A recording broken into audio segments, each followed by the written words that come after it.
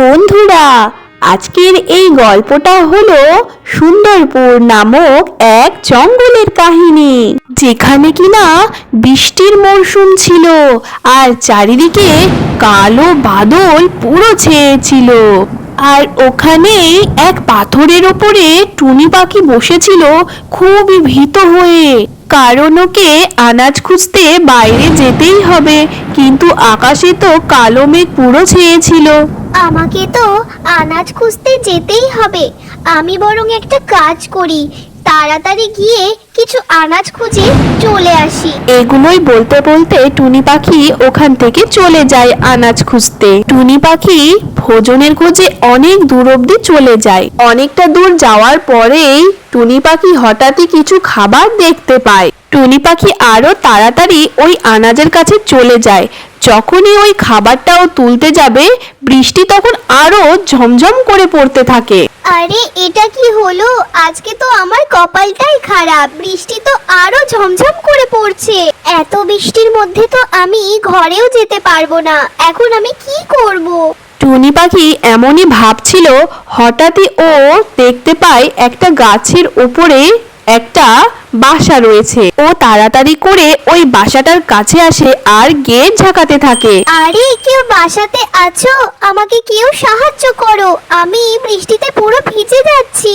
দরজাটাকেও দয়া করে খোলো, আমি বৃষ্টিতে খুবই ভিজে যাচ্ছি। তখনই ওর আওয়াজ শুনে ঘর থেকে বাবলি কবুতর চলে আসে। এটা বাবলি কবুতরেরই ছিল। আরে কবুতর বোন, আমি না খাবারের খোঁজে অনেক দূর থেকে দূর অবধি চলে এসেছি। এখন আমি এত বৃষ্টির মধ্যে আমার বাসায় ফিরে যেতে পারবো না। আমি বলছি কি কবুতর বোন, যতক্ষণ না বৃষ্টি থামছে আমি তোমার এই বাসাতেই কিছুক্ষণ অবধি থাকতে চাইছি। বৃষ্টি থেমে গেলে আমি এখান থেকে চলে যাব। আরে বোন, আমার স্বামীও খাবারের খোঁজে বাইরে চলে গেছে, আর এই বৃষ্টির মরশুমের মধ্যে এসে যে কোথায় চলে গেছে এখনো তো ফিরে এলো না। আমার তো খুবই চিন্তা হচ্ছে। বোন, তুমি ভেতরে চলে এসো। এমনটা বলার পর ওই বাবলি কবুতর টুনি পাখিকে ঘরের ভেতর নিয়ে চলে যায়।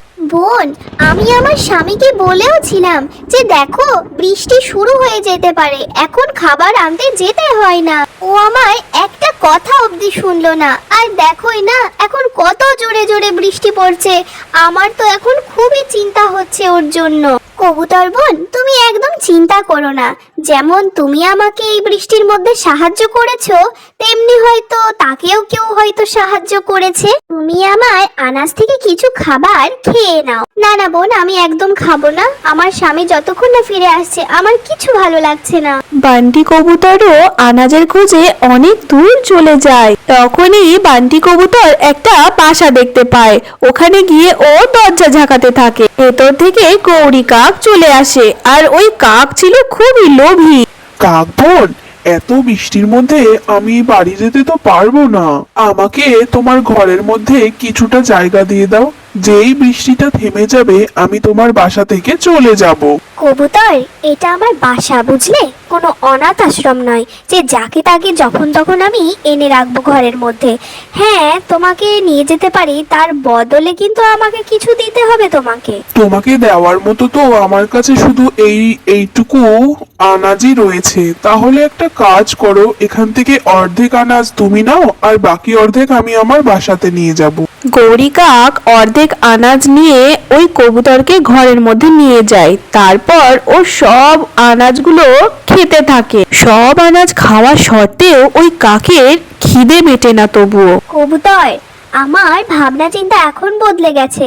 তুমি আমার বাসা থেকে এক্ষুনি বেরিয়ে যাও। যখনই বৃষ্টিটা থেমে যাবে আমি চলে যাব কাক বোন। আমার বাসা থেকে তুমি এক্ষুনি বেরিয়ে যাও, আর নয়তো তোমার ওই খাবার বেঁচে থাকাগুলো আমাকে সবটাই দিয়ে দাও। কবুতর তখন মজবুর হয়ে ওর বাকি খাবারগুলো ওই কাককে দিয়ে দেয়। তার কিছুক্ষণ পরের মধ্যেই বৃষ্টি পুরো থেমে যায় আর আকাশ পুরো পরিষ্কার হয়ে যায়। কবুতর, ও কবুতর, আমার পেটের মধ্যে খুব ব্যথা করছে। কোনো ডাক্তারের কাছে নিয়ে চলো আমায়, নয়তো কোনো ডাক্তারকেই আমার কাছে নিয়ে আসো। বৃষ্টিও থেমে গেছে। এখন আর আমি তোমাকে কোনো সাহায্য করব না।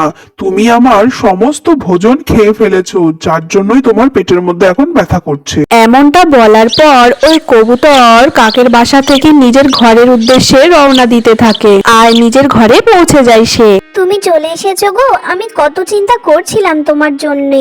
আরে আমি বৃষ্টিতে বাঁচার জন্য গৌরী কাকের বাসাতে চলে গেছিলাম। লোভী কাক একটা। আপনার তো জানা উচিত ছিল যে কাক তো একটা লোভী আর দুষ্ট হয়। ওর থেকে তো আমাদের সমস্ত পাখিদের দূরেই থাকা উচিত। বোন, তুমি তো একদম ঠিক কথাই বলেছো, কিন্তু আমার তখন কিচ্ছু করার ছিল না। বৃষ্টিতে বাঁচার জন্য আমাকে ওই লোভী কাকের বাড়িতে থাকতেই হতো, আর ওর বাসাতে থাকার জন্য এর বদলে তো আমার সমস্ত ভোজনটাই ও খেয়ে নিল। কবুতর ভাই, আপনি চিন্তা করেন না, এই আমার খাবার থেকে আপনি কিছু খাবার নিয়ে নেন। আর তাছাড়াও বাবলি বোন আমাকে কতটা উপকার করলো, তার বাসাতে আমাকে ঠাঁই দিয়ে আমাকে বৃষ্টির হাত থেকে বাঁচালো। ওই বৃষ্টিতে ভিজে গেলে আমি তো পুরো অসুস্থই হয়ে পড়তাম। ও কোনো ব্যাপার না বোন, আমি আবারও নতুন করে সমস্ত খাবার জোগাড় করে নেব। তুমি তোমার বাসায় চলে যাও, তোমার বাচ্চারা হয়তো ক্ষুধার্ত অবস্থায় রয়েছে। বান্টি দাদা, এই ভোজনটা আমার কাছে অনেকটাই আছে, এখান থেকে আপনি কিছুটা পরিমাণ নিয়ে নেন, যাতে আজ রাতে তোমরা ক্ষুধার্ত অবস্থায় না থাকো। আমার এই আনাজ থেকে অর্ধেক আনাজ নিয়ে নাও। আর এমনিতেও তো বৃষ্টিটা থেমেই গেছে। তোমাকে অনেক অনেক ধন্যবাদ টুনি বোন, আমাদের বাড়িতে আসতেই থাকবে মাঝে মাঝে, ঠিক আছে? তারপর টুনি পাখি নিজের ঘরের দিকে যাওয়া শুরু করে দেয় আর কিছুক্ষণের মধ্যেই ও নিজের ঘরের দিকে পৌঁছে যায়। কিন্তু ওখানে তো সব তছনছ হয়ে পড়েছিল, ওর ঘর পুরো ভেঙে চুরে চুরমার হয়েছিল। ওর ভাঙা ঘরের পাশে ওর ছানার পালক পড়েছিল। হে ভগবান, এটা কি হলো আমার সাথে? আমার ছানা কোথায় গেল? এটা হতে পারে না, কোথায় গেল আমার ছানারা? ঠিক তখনই ওখানে নীলু চলে আসে আর টুনি পাখিকে বলে, বোন, তোমার ছানা কিন্তু সুরক্ষিত নেই। ওই বিল্লু আছে না, বিল্লু বিড়াল, ও কিন্তু তোমার এই বাসা ভাঙচুর করে তোমার ছানাকে তুলে নিয়ে চলে গেছে। তুমি তাড়াতাড়ি তোমার ছানাকে বাঁচাও। টুনি বোন, তুমি একদম দেরি করো না, ওই বিল্লু বিড়াল কিন্তু তোমার ছানাকে খেয়ে ফেলতে পারে। তুমি তাড়াতাড়ি নিয়ে আসো ওকে। কি? ওই বিল্লু বিড়ালকে তো আমি একেবারেই ছাড়বো না। ওর কত বড় সাহস যে ও আমার ছানাকে খাওয়ার জন্য তুলে নিয়ে গেছে। টুনি পাখি তখন তাড়াতাড়ি করে বিল্লু বেড়ালের গুহার কাছে চলে যায়। টুনি পাখি গুহার বাইরে একটা গাছের পেছনে দাঁড়িয়ে থেকে ওর ছানাকে দেখতে থাকে। আরে বাহ, আজ তো পুরো মজাই হয়ে যাবে। টুনি পাখির এই ছানারা কত নরম নরম হবে, এদেরকে তো আমি পুরো স্যুপ বানিয়ে খেয়ে নেব। এই ছানার স্যুপ বানানোর জন্য আমার কিছু লাঠির প্রয়োজন, আমি বরং নিয়ে আসি। টুনি পাখি টকে টকে বসেছিল যে এই বেড়ালটা গুহার বাইরে আসবে, তখনই ও ওর ছানাকে ওখান থেকে তুলে নিয়ে চলে যাবে। তারপর টুনি পাখি ওখান থেকে ওর ছানাকে নিয়ে ওর বাসার দিকে চলে যায়। আমার সোনা ছানা, তুমি ঠিক আছো তো? আমি আর কখনো তোমাকে একা রেখে যাব না, তুমি একটু চিন্তা করবে না, বুঝলে? এইভাবে একটা মা নিজের ছানাকে মৃত্যুর মুখ থেকে সুন্দরভাবে বের করে নিয়ে আসে। প্রিয় বন্ধুরা, এই কাহিনী থেকে আমরা শিখি যে বিনা লোভে আমাদের অন্যকে উপকার করে যেতে হবে। আর নিজের মায়ের জন্য কমেন্টে লাভ ইউ মা লিখতে একদম ভুলবে না। আর অবশ্যই লাইক এন্ড সাবস্ক্রাইব।